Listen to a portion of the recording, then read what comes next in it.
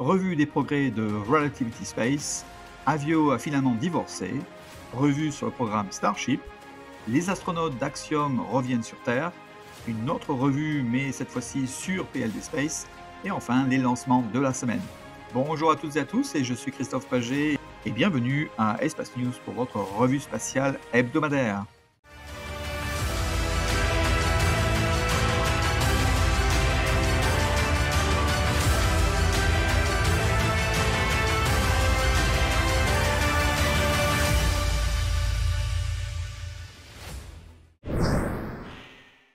On commence la semaine avec une revue rapide des progrès de Relativity Space sur son projet Terran Air, une fusée à 2 étages pour charge utile moyenne, voire lourde, partiellement réutilisable.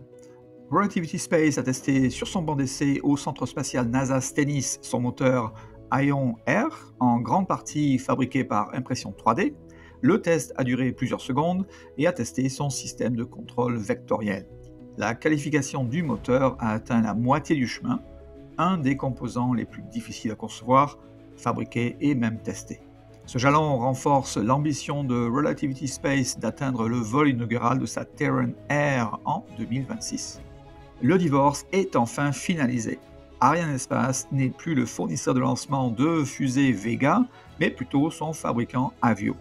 Y a-t-il une grosse différence ? Potentiellement oui. Aujourd'hui, Arianespace travaille principalement pour les intérêts européens. Demain, Avio a le champ libre pour aller chercher des clients en dehors de l'Europe et donc maximiser son carnet de commandes. Avio commence même à explorer un vieux pas de lancement en Afrique, car il n'est plus contraint d'utiliser CNES et le centre guyanais de Kourou. On verra ce qui va devenir de Avio et du lanceur Vega au fil du temps. À Starbase, au Texas, SpaceX continue de modifier son pas de lancement qui abrite généralement le premier étage, mais cette fois-ci, SpaceX le modifie pour accueillir le Starship pour effectuer ses essais moteurs statiques, puisque le site de Massey est hors service pour cet effet. En Floride, à Cap Canaveral, SpaceX continue de progresser avec les fondations de sa Gigabay, ainsi que le pas de lancement, une copie du pas de lancement numéro 2 à Starbase. Au pas de lancement numéro 39A, toujours à Cap Canaveral, SpaceX travaille sur son déflecteur de flammes et les réservoirs de carburant environnants. Le 14 juillet, alors que certains faisaient la fête, d'autres quittaient la Station spatiale internationale après 2 semaines à bord. Je parle bien sûr de l'équipage d'Axiom 4 que j'ai couvert dans un épisode précédent.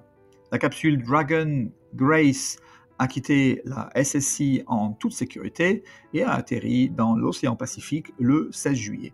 Ce qui maintenant laisse la place pour la relève de la garde par l'équipage Dragon Crew 11 qui monte remplacer l'équipage Crew 10 d'ici 2 semaines.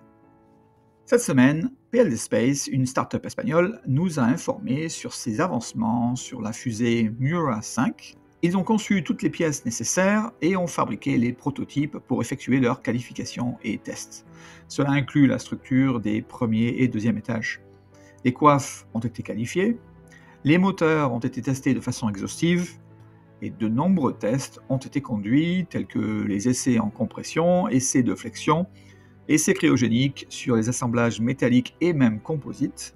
Ils ont même signé un accord avec le CNES pour commencer la fabrication du pas de lancement à Kourou. PLD Space commence à présent à fabriquer les pièces pour la fusée qui volera d'ici la première moitié de l'année 2026, même si cette date semble être très proche compte tenu qu'il commence à peine à fabriquer des pièces. Bonne chance à PLD Space.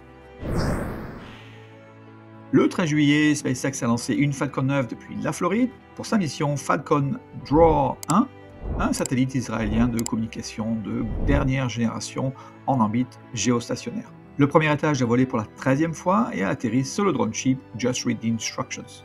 Le 14 juillet, CASC a lancé une Long March 7 pour sa mission Tianzhou 9, une capsule cargo, pour ravitailler la station spatiale chinoise Tiangong, qui est même arrivée quelques heures plus tard. Le 16 juillet, SpaceX a lancé une Falcon 9 depuis la Californie pour une mission Starlink Group 15-2. Le premier étage a volé pour la 4e fois et a atterri sur le drone ship Of Course I Still Love You. Le même jour, SpaceX a lancé une Falcon 9 depuis la Floride pour une mission Kuiper KF-01 portant 24 satellites Kuiper de la compagnie Amazon, qui paradoxalement est le concurrent direct de SpaceX. Jeff Bezos ne voulait pas utiliser SpaceX pour lancer ses satellites Kuiper, mais il a été attaqué en justice par un de ses actionnaires afin de réduire les coûts de lancement et donc d'utiliser SpaceX, ce qu'il a finalement dû faire.